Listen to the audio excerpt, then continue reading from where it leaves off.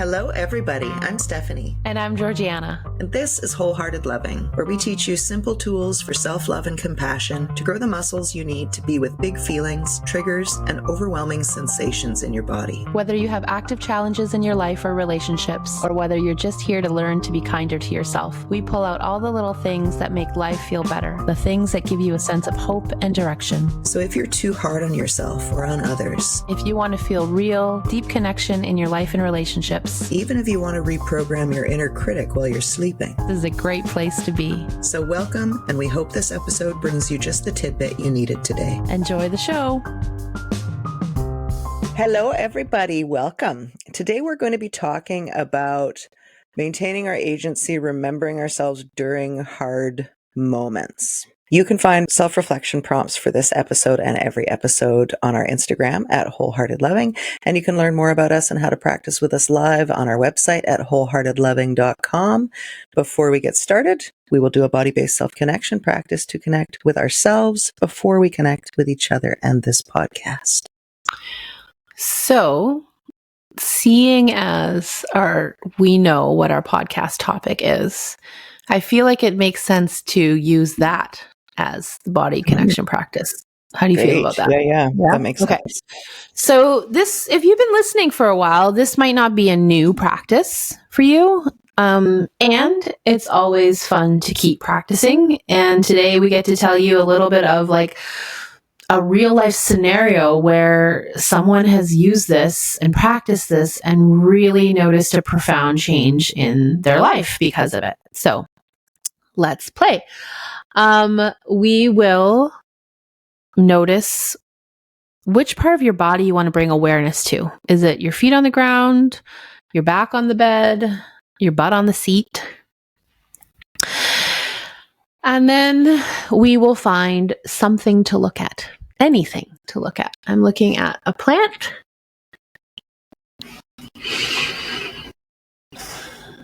And you may want to just hang here for a full breath, right?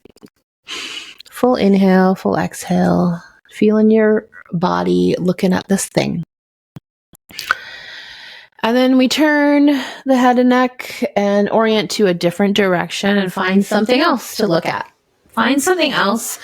You can use the same body connection point that you were using before, or you can change it up. I like to change it up because it gets different parts of my body engaged. But when I was first practicing, I would just stick with the same one because it was so new for me. But I'm going to change it up to feeling my hand holding on to a stone. And I'm going to look at some flowers that are in the kitchen. And I'm just going to have a moment with the flowers. And feeling the stone in my hand. And then we're going to turn. And if you haven't looked behind you yet, this is a nice time to look behind you because often we forget to look at the space behind us. And notice another part of your body, or if you're practicing with the same part, just bring some awareness to that part again. Oh my goodness. I saw something. I see something I wasn't even aware of today. Mount Baker in the distance. Oh, it's that's beautiful. Nice. So I'm going to switch it up and I'm going to feel my hand pushing into my thigh. And I'm going to look at this glorious snow-covered mountain out the window. And just hang with it for a moment. And you might feel that if it's tough to feel your body and look at the thing, that's totally cool. Just practice going back and forth, right? Spend a moment looking, spend a moment noticing your body. And then that's it. Just come and be comfy again.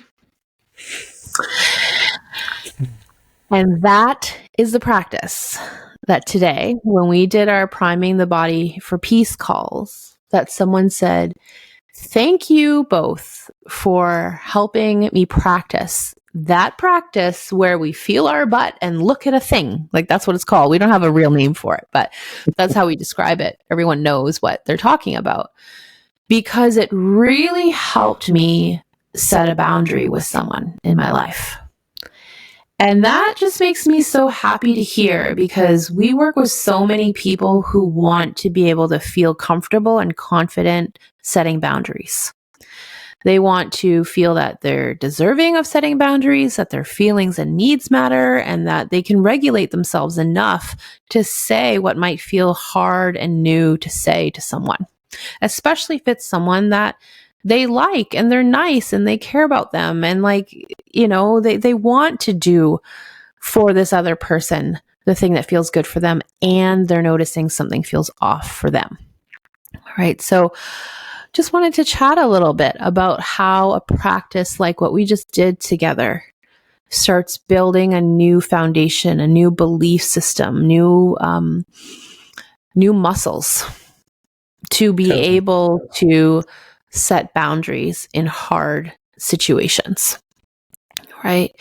And one of the things that this person brought up was, my old pattern would have been, when I heard what someone else needed, even if I noticed it was uncomfortable for me, I would just do what they wanted. Right. Because I felt bad, or felt like I should, or I don't want to cause tension or chaos or whatever the thing is. I wouldn't know how to speak up for myself. And they were speaking about, that practice of feeling my body and looking at something helped me remember that we're separate people with different feelings and different needs. And that just because somebody finds something important, or somebody finds that something doesn't bother them, I may find something different important, and I may find that thing bothersome. And it just excites me so much when a person who's lived for decades believing that if other people aren't bothered by this, then I shouldn't be either. If other people are okay with this, then I should also be okay. If other people need this thing, even if it doesn't feel good for me, I should say yes, no matter the cost to me. And for this person to say, practicing feeling my body and looking at an object helped solidify for me that, I'm separate from the other person. I get to have my feelings and needs. I'm not wrong for having them. We can figure out a way, and that way might be a little uncomfortable because we are sort of having a moment here where our needs and wants maybe conflict. But I don't have to fall into this old belief that my needs don't matter. Yeah. And I don't have to make the other person bad or wrong for having their needs, which is enhanced by giving this credence to our own needs, right? It helps us let other people's needs matter instead of, I think, our supernatural go-to, which I think she identified and I really identified with as well, is the minute something doesn't go my way, or if my boundary is being pushed, it's like, what's wrong with this other person? What's the matter with them? Am I bad and wrong? Shall I poll everyone to make sure I'm not bad and wrong? Because obviously one of us has to be bad and wrong. Right. And the danger of that, because if you have old programming that you're highly critical of yourself, then you're going to go to, well, I must be wrong and I'm horrible. Totally. And if you have old programming where it's always someone else that's wrong, then you're only going to be able to see them through that lens. And neither of those feel good. Neither of those create a loving, pleasant energy to live in. Yeah. And it's so baked into the culture, when someone's asking us to compare things and we want to say, well, you can't compare them. They're just different. Neither one is better than the other. There can be this sort of energy of, okay, they're different to each other, but really, which one do you actually like better? You have to choose one. People are not really content to have that bit of uncertainty there. We want to pigeonhole things in this way that is a reflection really of ourselves, and will also reflect our experience in relationships. This reminds me of when children ask, who do you love more, Mom? Always an interesting question. Yeah. What do I want to say about this? You and I know the power of these simple practices and how they end up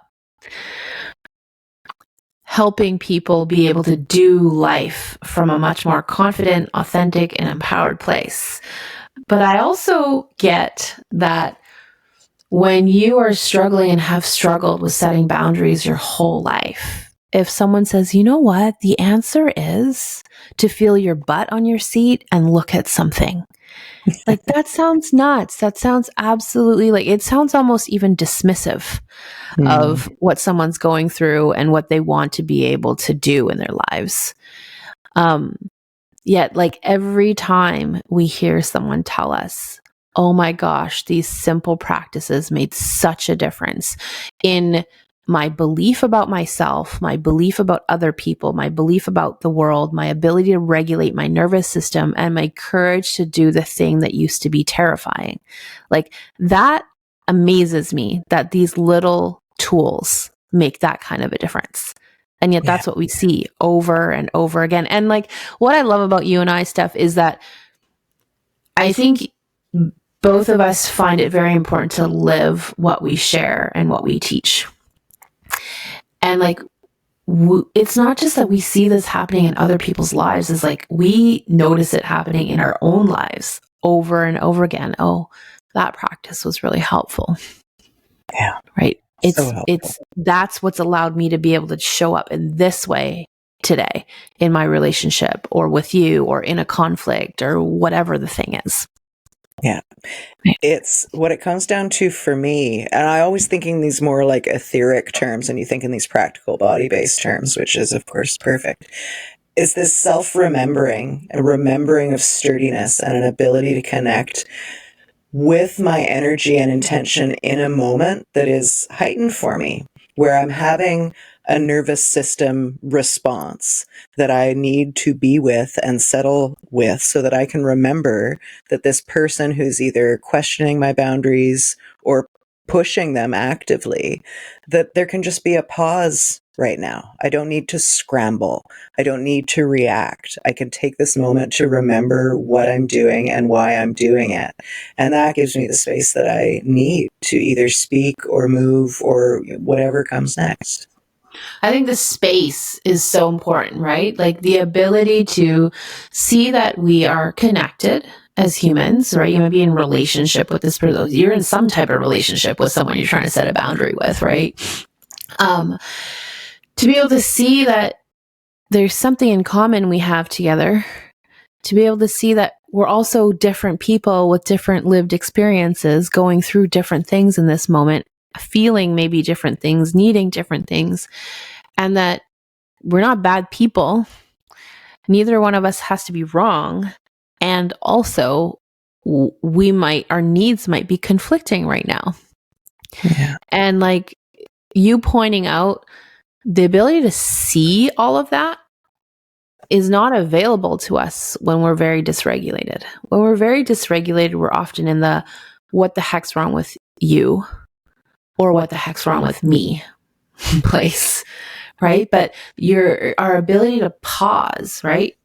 Can I feel this squishy ball? I think we did squishy ball things a couple weeks ago. Can I feel the squishy ball in my hand, right? Can I hear the whirring outside the window? That helps me bring a pause. And all of a sudden I can check in with like, how regulated am I right now? Like, can I come to compassion for this person at all? And if I can't, doesn't mean I'm a bad person. It means I probably need more support from my nervous system still. And like to have that kind of awareness, to be able to say to someone, I care about you. And right now I'm having a really hard time tapping into my compassion for you because my nervous system is dysregulated. I want to be able to tap into that compassion for you. So right now I need, right? Could you hold my hand? Or if you're not available, like I'm going to need to do some things or call on some people who are available to help support my nervous system so that I can come back into compassion for you and for me. And from that place, that's where I want to pick up our conversation and try to move forward together. It's so different. Yes, that all springs from feeling your butt and feeling your feet and taking a breath. It is magic. Mm-hmm. Yeah. I feel like we found some cheat code or something. Yeah. Yeah, we've hacked the matrix. Really, that's actually a pretty good analogy. Right? Yeah. So, and like, if you're open, and this is what's neat, is people often want a quick fix. I can relate to that, especially when you've like been challenged for a long time. You just want some relief. You just want to be able to do the thing already, or have that kind of relationship already. Set the boundaries, stand up for yourself, whatever it is. We cannot say that you will get that right away.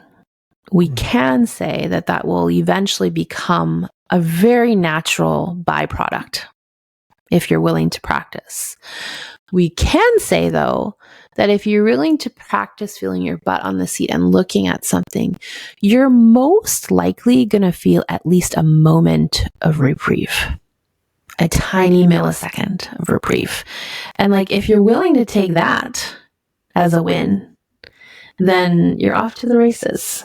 Yeah, you are. I don't think there's anything to lose.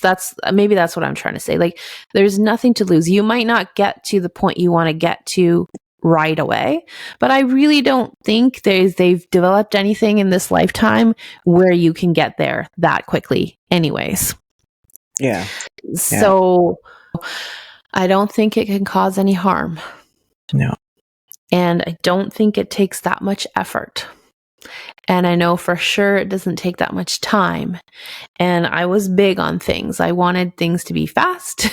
I didn't want to, I wasn't opposed to working hard, but it's always nicer when things are easy to do, and more likely to do them.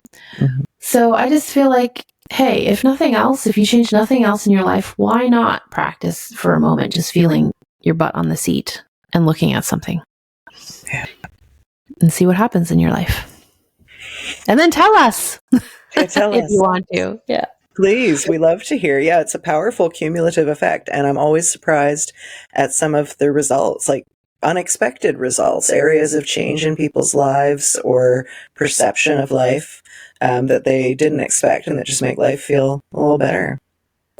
Well, what's really neat I've noticed is the change happens so gradually behind the scenes. So like, people are not telling us necessarily like what they're practicing every day. They do tell us, oh, we hear your voice, reminding us to feel our feet on the ground.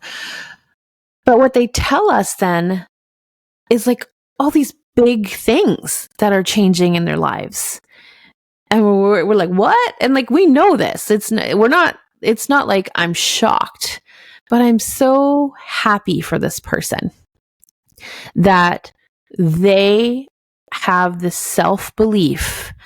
There are things I can do for myself that grow my belief and confidence and my ability to regulate myself and my ability to show up in my life in ways that move it forward. Like, to me, there's nothing better than to see that transformation happen for someone. And people come in and they say, oh, I'm able to see life this way. I'm able to handle this. Like, people who come into session and they're like, I'll ask them. And initially, people find it very hard when they first work with me. They find it challenging to look for a win. And they're like, I don't know what a win is. And then after a while, they've been practicing with all these simple things.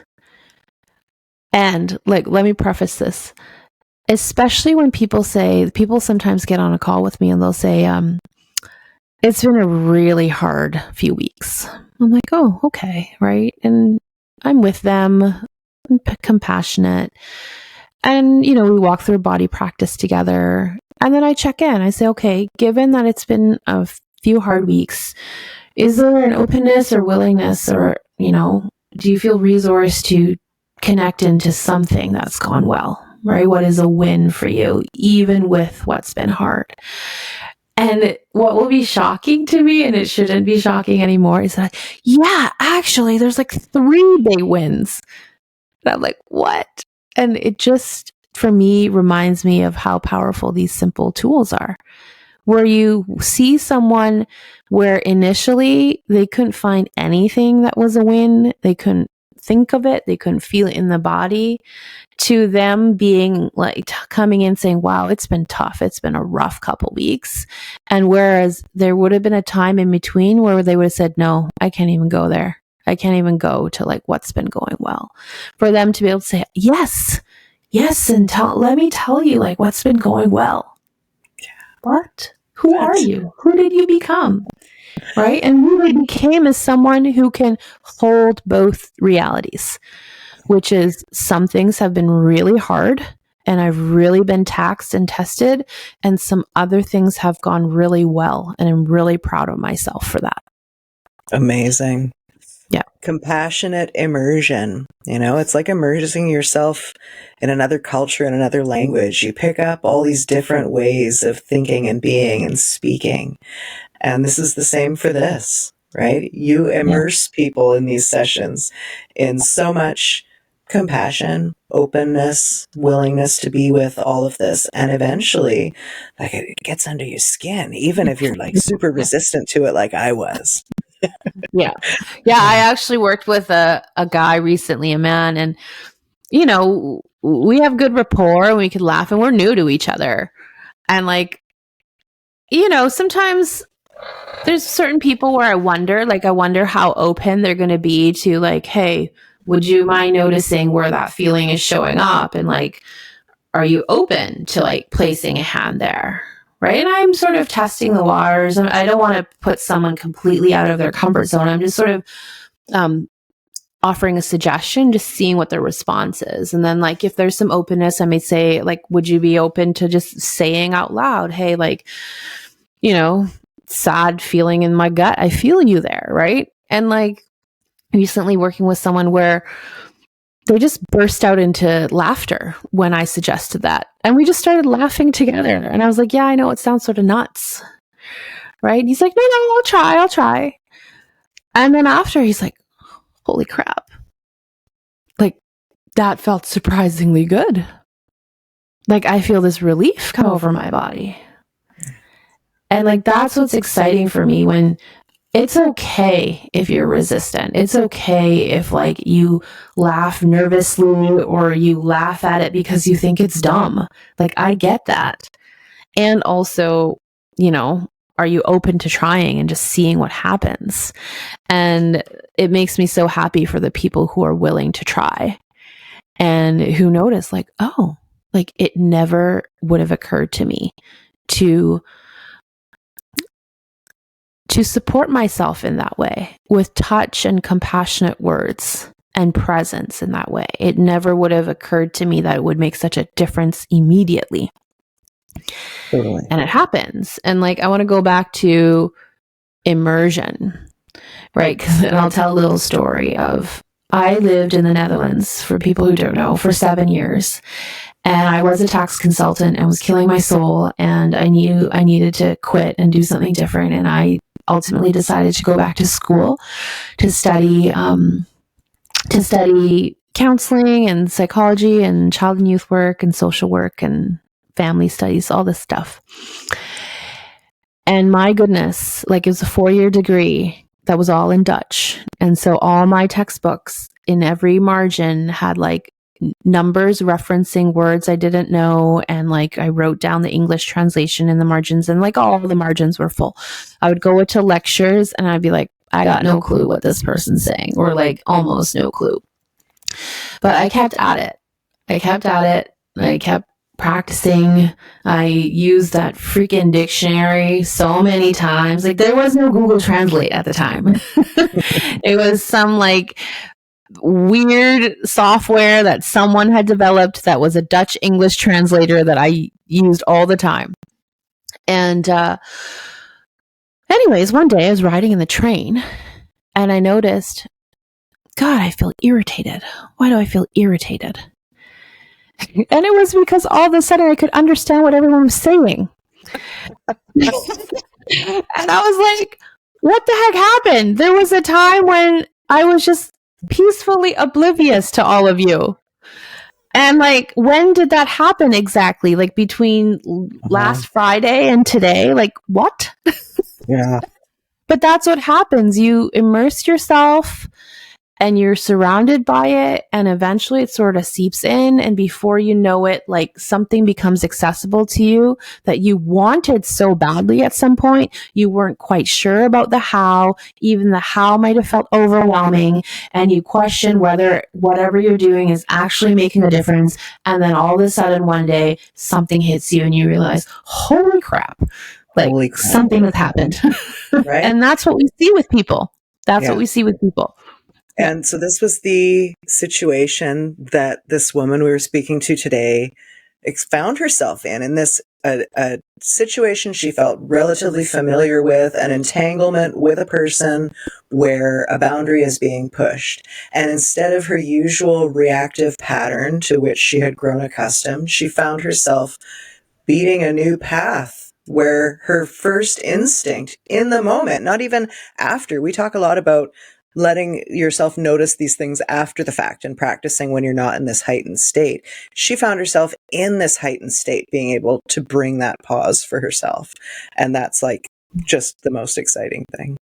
Right. And like, I really loved when she shared with us, like, I knew something was off, and maybe I didn't know immediately what I was going to do about it, right? Because we sometimes we get caught up in the how am I going to handle this situation?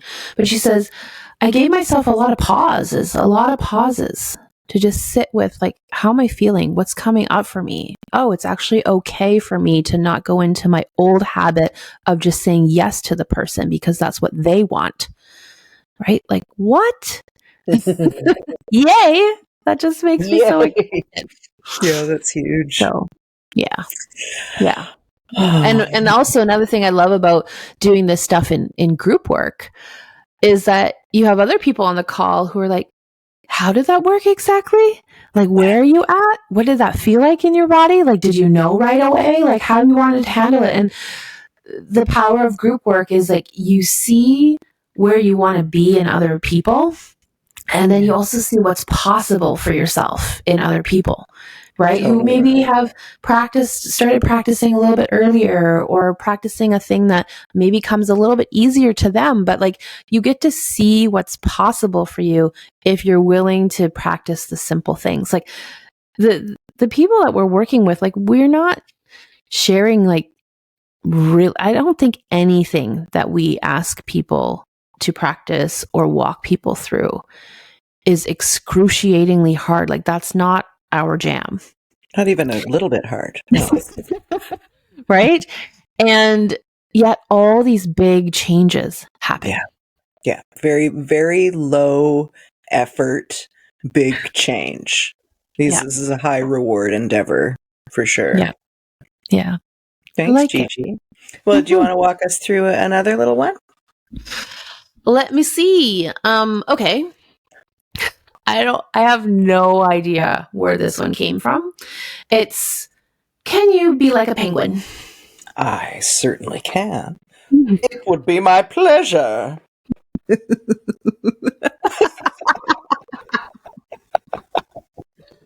And like, if the laughs come or if the resistance is present, can you let that be okay? Right? And I just want to say, there would have been a time, an old version of me would have been like, you cannot say that out loud. How in the world is that a body practice? But like, it's doing something with my body and then gaining information from it. That's what we're all about. And I realized that when I go a bit vigorously, it actually makes me need to like pee. And so that doesn't feel good. But if I slow it down and I'm like a suave penguin,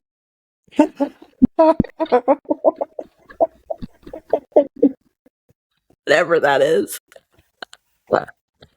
that feels pretty nice. Yeah. Sensual penguin. Yeah. I like it. Oh, I love it. Thanks, Gigi. Yeah. You're welcome. Yeah, celebrating big changes.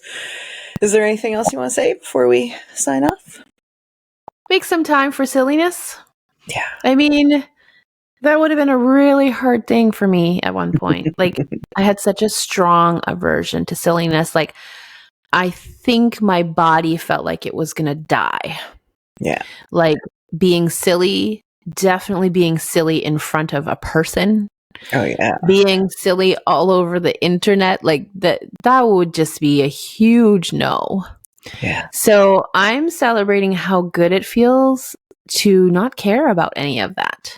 Amazing. And how nice it feels. It feels like, I'm like, oh, which episode are we doing right now? We did another episode earlier about the boot fitting, right? To be able to be silly whenever I want to be, when I feel like, this fits. I mean, someone hasn't just told me that their grandmother died, right? Like, this is a fitting moment to be silly if I want to be. It feels like the boot fitting well, right? It feels like, oh, I just get to be me. I don't have to think too much, worry too much, try too hard, push too hard, cover up too much. It just feels nice. Yeah, you get to choose. Feeling nice. I like feeling a genuine, authentic, this feels nice. That's wonderful. Not like I'm doing the thing that I think makes you feel nice, so then I guess I feel nice. Right. Yeah. Yeah. No more of that. No more. Yeah. No more. Choice and good feelings. Yeah, that's what we're talking about. Okay, well, thank you guys for joining us. As always, please do like, follow, and subscribe. And if anything we've said here today has been helpful for you, please share with somebody that you care about. See you next time. Bye.